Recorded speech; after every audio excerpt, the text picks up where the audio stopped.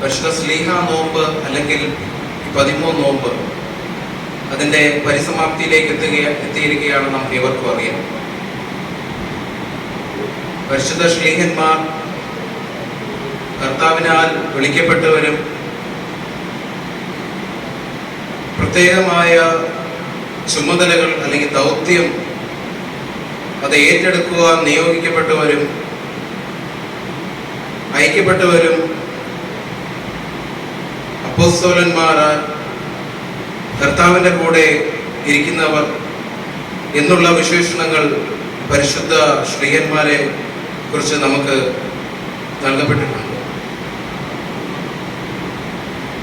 നമ്മുടെ കർത്താവായ യേശു തമ്പുരാൻ വരമേൽപ്പിച്ച തന്റെ പ്രേക്ഷിത ദൗത്യം അനുഗ്രഹിക്കപ്പെട്ട ശിഷ്യന്മാരെ ഓർക്കുന്ന ധന്യമായ ഈ സമയങ്ങളിലൂടെയാണല്ലോ. പ്രത്യേകമായി ഈ ശ്ലീഹ നോമ്പ് തന്റെ ധന്യമായ നിമിഷങ്ങളിലൂടെ കടന്നു പോകുമ്പോഴാണ് പൗരസ്ത്യ സഭകളും കടന്നു പോകുന്നത്. ഇന്നത്തെ ഈ ആധുനിക കാലഘട്ടത്തിൽ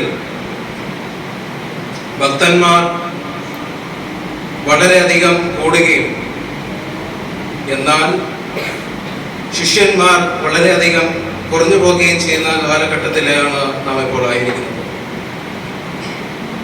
എന്നാൽ ആ നിമിഷങ്ങളിലൊക്കെ പ്രത്യേകമായി ഓർക്കേണ്ട നിമിഷങ്ങളാണ് പരിശുദ്ധ ശ്ലീഹന്മാർ അവരുടെ ജീവിതം എപ്രകാരമാണ് ധന്യമാക്കിയത്, അവരുടെ ജീവിതം എപ്രകാരമാണ് ക്രമപ്പെടുത്തിയത്, അവരുടെ ജീവിതം എന്ത് സാക്ഷ്യമാണ് നമ്മളോട് പറയുവാൻ ആഗ്രഹിക്കുന്നതെന്ന് വളരെ ഗൗരവമായി ഓർക്കേണ്ട ഒരു വസ്തുതയും കൂടിയാണ്. പ്രിയമുള്ളവരെ, ഈ ലോകത്തെ മുഴുവനായി മാറ്റിമറിച്ച 12 മനുഷ്യരായിരുന്നു ഈ ശിഷ്യന്മാർ.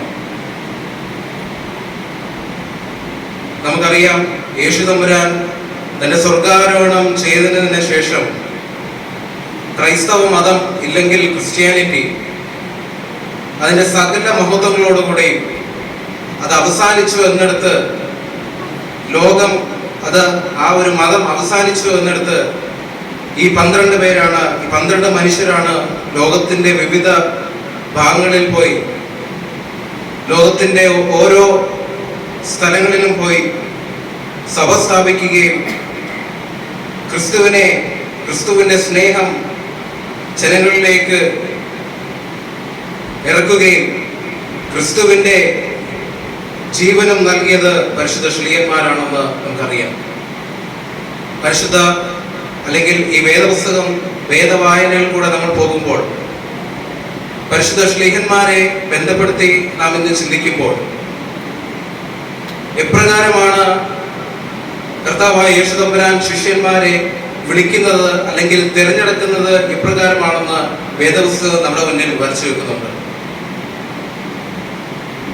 കുറെ പേര് 12 ശിഷ്യന്മാരെ വിളിക്കുന്നത് പല രീതിയിലാണ് കർത്താവായ യേശു തമ്പുരാൻ ശിഷ്യന്മാരെ വിളിക്കുന്നതും തിരഞ്ഞെടുക്കുന്നതും. കുറെ പേര് കർത്താവായ യേശു തമ്പുരാൻ വിളിക്കുമ്പോൾ കുറെ പേര് വല നെയ്യുകയായിരുന്നു, കുറെ പേര് കടലിൽ പോയി മീൻ പിടിച്ചു വരുന്ന വഴിയായിരുന്നു, കുറച്ചു പേര് ആശാരിപ്പണി ചെയ്യുന്നവരുമായിരുന്നു, കുറച്ചു പേര് ചുങ്കം പിടിക്കുന്നവരുമായിരുന്നു. എന്നാൽ ഇവരുടെ അടുക്കൽ എല്ലാം പോയി കർത്താവ് ഒരൊറ്റ കാര്യമേ പറഞ്ഞിട്ടുള്ളൂ, എന്നെ അനുഗമിക്കുക എന്ന്. എന്റെ പിന്നാലെ വരിക, എന്നെ അനുഗമിക്കുക എന്നാണ് കർത്താവായ യേശു തമ്പുരാൻ പരിശുദ്ധ ശ്ലീഹന്മാരോട് പറയുന്നത്. നമുക്കറിയാം, അവർ വലയും വെള്ളവും എല്ലാം ഉപേക്ഷിച്ചു. കർത്താവായ യേശു തമ്പുരാൻ അവരെ വിളിക്കുമ്പോൾ അവർക്കുണ്ടായിരുന്ന വലയും വെള്ളവും അതെല്ലാം ഉപേക്ഷിച്ച്, അവരുടെ ജോലി ഉപേക്ഷിച്ച്, അവരുടെ ഭാര്യമാരെ ഉപേക്ഷിച്ച്, തന്റെ മാതാപിതാക്കന്മാരെ ഉപേക്ഷിച്ച്, തനിക്കുള്ളതെല്ലാം ഉപേക്ഷിച്ച് വിട്ടെറിഞ്ഞ് കർത്താവിനെ അനുഗമിക്കുകയാണ് 12 അപ്പോസ്തലന്മാരും.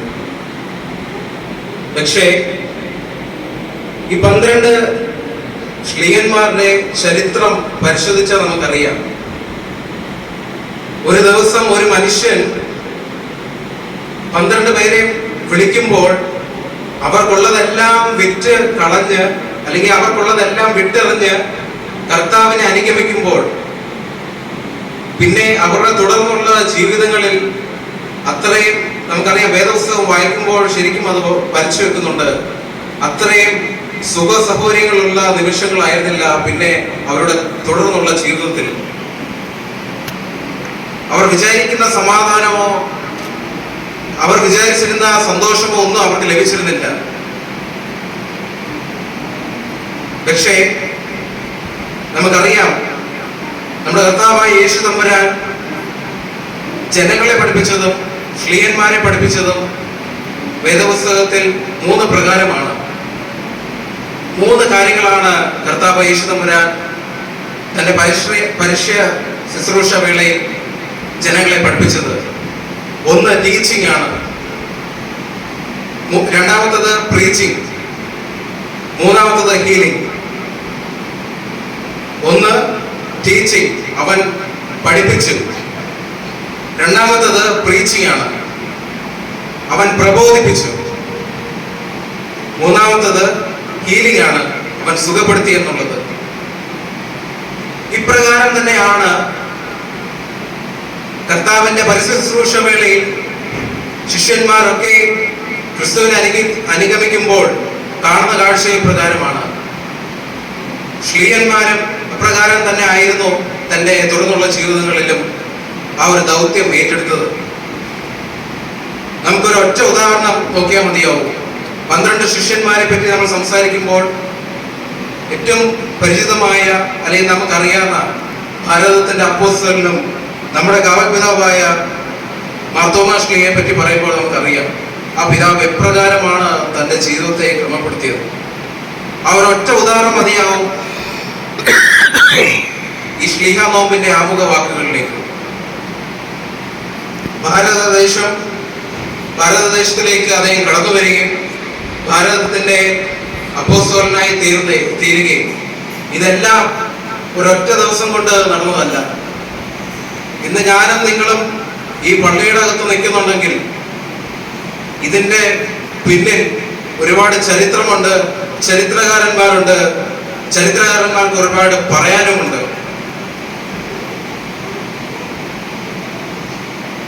അവരുടെ വേദനയും ത്യാഗവും അവരുടെ അസ്തിത്വത്തിന്റെ ബലമാണ് ഇന്ന് ഞാനും നിങ്ങളും ഇവിടെ ആയിരിക്കുന്നതെന്ന് ഞാൻ പറയട്ടെ. കർത്താവ് ഒരുപാട് സ്നേഹിച്ച ശിഷ്യന്മാരിൽ ഒരാളാണ് പരിശുദ്ധ തോമാ ശ്ലീഹ. തന്റെ വിശ്വാസത്തെ കർത്താവ് കൂടുതലായി പരിശോധിച്ച് ശ്രേഷ്ഠമാക്കിയ ആളാണ്. യേശു ഒരു ആപത്തിലേക്ക് പോകുന്നു എന്ന് കണ്ടാൽ വേദപുസ്തകം വളരെ കൃത്യമായി പറയുന്നുണ്ട്. തോമാ ശ്ലീഹ ശിഷ്യന്മാരോട് പറയുന്നുണ്ട്, നമുക്ക് അവനോട് കൂടെ പോയി മരിക്കാമെന്ന്. തന്റെ വിശ്വാസത്തിന്റെ മുദ്രയാണ് ഇവിടെ വെക്കുന്നത്. ഭാരതത്തിലേക്ക് കടന്നു വരികയും അന്ധകാരത്തിലായിരുന്ന ജനം ഒരു വൻ ജനക്കൂട്ടത്തെ അവരുടെ ഇടയിലേക്ക് ക്രിസ്തുവിന്റെ സ്നേഹം പകർന്നു നൽകുകയും ക്രിസ്തുവിന്റെ ജീവിതത്തെ ആഴമായി ആ ജനക്കൂട്ടത്തിലേക്ക് ഇറക്കിയ പിതാവാണ്. നമുക്കറിയാം, ആ പിതാവിന്റെ പരിശുദ്ധ തോമാ ശ്ലീഹയുടെ ചരിത്രം അതിന്റെ പര്യവസാനത്തിലേക്ക് വരുമ്പോൾ നമുക്കറിയാം ഇപ്രകാരമുള്ള പര്യവസാനമായിരുന്നു പരിശുദ്ധ തോമാ ശ്ലീഹയുടെ. ഡിസംബർ 18 മുതൽ 21 വരെയും പരിശുദ്ധ തോമാ ശ്ലീഹ കുന്തമേറ്റ അല്ലെങ്കിൽ രക്തസാക്ഷ്യം വഹിച്ച ദിനങ്ങളായിട്ടാണ് നാം കൊണ്ടാടുന്നത്. എന്നാൽ അതോടൊപ്പം തന്നെ വളരെ സങ്കടമായ കാര്യം എന്ന് പറയുന്നത് മലങ്കര സഭയെ സംബന്ധിച്ചിടത്തോളം ഈ ഡിസംബർ 18 മുതൽ 21 വരെ കരോൾ ആഘോഷിക്കുന്ന ദിവസം കൂടിയാണ്. കരോളിന് ഇറങ്ങുകയും അന്നേ ദിവസമാണ് നമ്മൾ കരോളിന് ഇറങ്ങുകയും അതിൻ്റെ ക്രിസ്മസ് ഈവ് ഒക്കെ നടത്തുന്നത് പ്രത്യേകമായി ആ ഒരു ദിവസങ്ങളിലും ആ ഒരു സന്ദർഭങ്ങളിലും ഒക്കെയാണെന്ന് നമുക്കറിയാം. ഈ 3 ദിവസങ്ങളിലും നമ്മൾ കുർബാന ഒക്കെ നടത്തുമെങ്കിലും ഈ 3 ദിവസം എന്ന് പറയുന്നത് മൈലാപ്പൂരിൽ 18-ാം തീയതി മൈലാപ്പൂരിൽ ഒരു ഗുഹയിൽ മുട്ടിന്മേൽ നിന്ന് പ്രാർത്ഥിച്ച് ആ പിതാവ് ഇരുന്ന് പ്രാർത്ഥിക്കുമ്പോൾ പിന്നിൽ നിന്ന് ഒരാൾ കുന്തം കൊണ്ട് കുത്തുകയും ചെയ്യുന്ന ആ ഒരു നിമിഷങ്ങളിലാണ് ആ സമയം എന്ന് പറയുന്നത്. പരിശുദ്ധ തോമാശ്ലീഹ ആ 3 ദിവസം ആ ഗുഹയിൽ രക്തം വാർന്ന് പ്രാർത്ഥിച്ച് ആയിരിക്കുമ്പോൾ നമ്മൾ ഓർക്കണം, ആ പരിശുദ്ധ പിതാവിന്റെ പ്രാർത്ഥനയും കണ്ണുനീരും വേദനയും സങ്കടവും അതിന്റെ എല്ലാ തീവ്രതയേറിയ നിമിഷങ്ങളിൽ ആ ഒരു നിമിഷത്തിൽ ആ പിതാവ് കടന്നുപോയിട്ടുണ്ടെങ്കിൽ അതിന്റെ ബലത്തിലാണ് ഇന്ന് ഞാനും നിങ്ങളും ഇന്ന് ഈ സഭ ഇത്രയും സ്വാതന്ത്ര്യത്തോടെ ഈ പള്ളിയിൽ വരുവാൻ നമുക്ക് സാധിക്കുന്നത് ഒരുപക്ഷെ അതുകൊണ്ടാണെന്ന് ഞാൻ വിചാരിക്കട്ടെ. നമുക്കറിയാം, യേശുക്രിസ്തുവിനെ പറ്റി പറയുമ്പോൾ യേശുക്രിസ്തു വലിയൊരു റെവല്യൂഷണറി ആയിരുന്നു. പെസഹ രാത്രിയിൽ നമുക്കറിയാം, ചരിത്രത്തിൽ ഗുരുക്കന്മാരുടെ കാല് കഴുകുന്ന അനേക ശിഷ്യന്മാരുണ്ട്. ഗുരുക്കന്മാരുടെ കാല് കഴുകുന്ന അനേക ശിഷ്യന്മാർ, അത് ഭാരതത്തിലാണെങ്കിൽ പോലും മറ്റു രാജ്യങ്ങളിലാണെങ്കിൽ പോലും അത് അപ്രകാരമുള്ള ശൈലിയാണ്. എന്നാൽ ചരിത്രത്തിൽ ആദ്യമായിട്ടാണ് ഒരു ഗുരു തന്റെ ശിഷ്യന്മാരുടെ കാലുകൾ കഴുകുന്ന സംഭവം. അതൊരു ചരിത്ര സംഭവമാണ് പ്രിയമുള്ളവരെ. ശിഷ്യന്മാർ പറയും, ഞങ്ങളുടെ ഗുരുക്കന്മാർക്ക് അത് ഇഷ്ടമല്ല, ഞങ്ങൾ ഗുരുക്കളുടെ കാലുകളാണ് കഴുകേണ്ടതെന്ന്. എന്നാൽ ഇവിടെ ഈ ചരിത്ര നിമിഷത്തിൽ നാം മനസ്സിലാക്കണം, കർത്താവായ യേശു തമ്പുരാൻ ശിഷ്യന്മാരുടെ കാലുകൾ കഴുകിയ ചരിത്ര പുരുഷനാണ് എന്നുള്ളത്. അതുകൊണ്ടാണ് ഞാൻ പറഞ്ഞത് Jesus Christ is a big revolutionary എന്ന്. അതോടൊപ്പം തന്നെ ക്രിസ്തു പറഞ്ഞ ഒരു കാര്യമുണ്ട്, ഒരു വാക്യമുണ്ട്. അത് യോഹന്നാന്റെ സുവിശേഷം 13-ാം അധ്യായം അതിന്റെ 34-35 വാക്യം വായിക്കുമ്പോൾ നമുക്കറിയാം, അവിടെ ക്രിസ്തു പറയുന്നുണ്ട്, ഞാൻ നിങ്ങളെ സ്നേഹിച്ചതുപോലെ നിങ്ങളും തമ്മിൽ സ്നേഹിക്കുകയും, ഞാൻ നിങ്ങളെ സ്നേഹിച്ചതുപോലെ നിങ്ങളും തമ്മിൽ സ്നേഹിക്കുകയും എന്നുള്ളത്. സ്നേഹത്തിന്റെ വിപരീത പദമാണ് ഇഷ്ടം എന്ന് പറയുന്നത്. എന്നാൽ ഞാൻ ചോദിക്കട്ടെ, എന്താണ് സ്നേഹവും ഇഷ്ടവും തമ്മിലുള്ള വ്യത്യാസം? ഒരേ സമയത്ത് കുറച്ച് കൺഫ്യൂഷൻ ആകുകയും ചെയ്യുന്ന ഒരു വാക്കുകൾ കൂടെയാണ് സ്നേഹവും ഇഷ്ടവും എന്ന് പറയുന്നത്. What's the difference between love and like? സ്നേഹം എന്ന് പറയുന്നത് നമ്മൾ അങ്ങോട്ട് കൊടുക്കുന്നതാണ്. എന്നാൽ ഇഷ്ടം എന്ന് പറയുന്നത് നമ്മൾ ഒരാളുടെ ഇത് പിടിച്ചു വാങ്ങുന്നതുമാണ്. ഉദാഹരണം പറഞ്ഞാൽ, ഒരു റോസാപ്പൂ നിങ്ങൾക്ക് ഇഷ്ടപ്പെട്ടെന്ന് വിചാരിക്കുക. ആരെ നിങ്ങൾ ഇഷ്ടപ്പെടുന്നുവെങ്കിൽ അത് നിങ്ങൾ പ്ലക്ക് ചെയ്തെടുക്കും, അത് നിങ്ങളെ അപ്പോ അതിന് പിടിച്ചെടുക്കും. എന്നാൽ സ്നേഹം എന്ന് പറയുന്നത്, നിങ്ങൾ ആ റോസാപ്പൂ നിങ്ങൾ ഇഷ്ടപ്പെടുന്നുണ്ടെങ്കിൽ അതിന് വെള്ളം നിങ്ങൾ കൊടുക്കുകയാണെങ്കിൽ അതിനെയാണ് സ്നേഹം എന്ന് പറയുന്നത്. അതുകൊണ്ടാണ് ഞാൻ പറഞ്ഞത് Jesus Christ is a big revolutionary. ഒരു ചരിത്ര പുരുഷനാണ്. തന്റെ സ്നേഹം ശിഷ്യന്മാർക്കും ജനങ്ങൾക്കും ജാതിമത ഭേദമന്യേ സർവലോകത്തിനും കവിഞ്ഞൊഴുകി കൊടുത്ത മനുഷ്യനാണ് നമ്മുടെ കർത്താവായ യേശു തമ്പുരാൻ എന്ന് പറയുന്നത്. അതുകൊണ്ട് തന്നെ ഈ സ്നേഹം എന്ന് പറയുന്നതും പരസ്പരം പങ്കുവെക്കേണ്ടതാണ്. നമ്മുടെ ബന്ധമിത്രാദികളായിക്കൊള്ളട്ടെ, നമ്മുടെ ഭവനത്തിലായിക്കൊള്ളട്ടെ, നമ്മുടെ വീട്ടിലായാലും കൊള്ളട്ടെ, നമ്മുടെ കുടുംബത്തിൽ തന്നെ, അല്ലെങ്കിൽ നമ്മൾ ആരോടെങ്കിലും സംസാരിക്കുമ്പോഴും നമ്മുടെ കുടുംബത്തിലായിരുന്നാൽ പോലും നാം ഉപയോഗിക്കുന്ന ചില വാക്കുകൾ അത് എത്രമാത്രം തീവ്രതയുള്ളതാണ് നാം മനസ്സിലാക്കണം. നാം ഉപയോഗിക്കുന്ന വാക്കുകളുടെ ആഴം, പറയുന്ന ഓരോ വാക്കുകളും, പറയുന്ന ഓരോ വാക്കുകളുടെ കട്ടി, അതെത്രമാത്രം മറ്റുള്ളവരെ വേദനിപ്പിക്കുന്നതും മറ്റുള്ളവരെ എത്രമാത്രം വിഷമിപ്പിക്കുന്നതുള്ളതാണെന്ന് നാം മനസ്സിലാക്കണം. നാം അറിഞ്ഞോ അറിയാതെയോ നമ്മുടെ വായിൽ നിന്ന് വരുന്ന ഓരോ വാക്കും, നമ്മുടെ ഓരോ വികാരങ്ങളും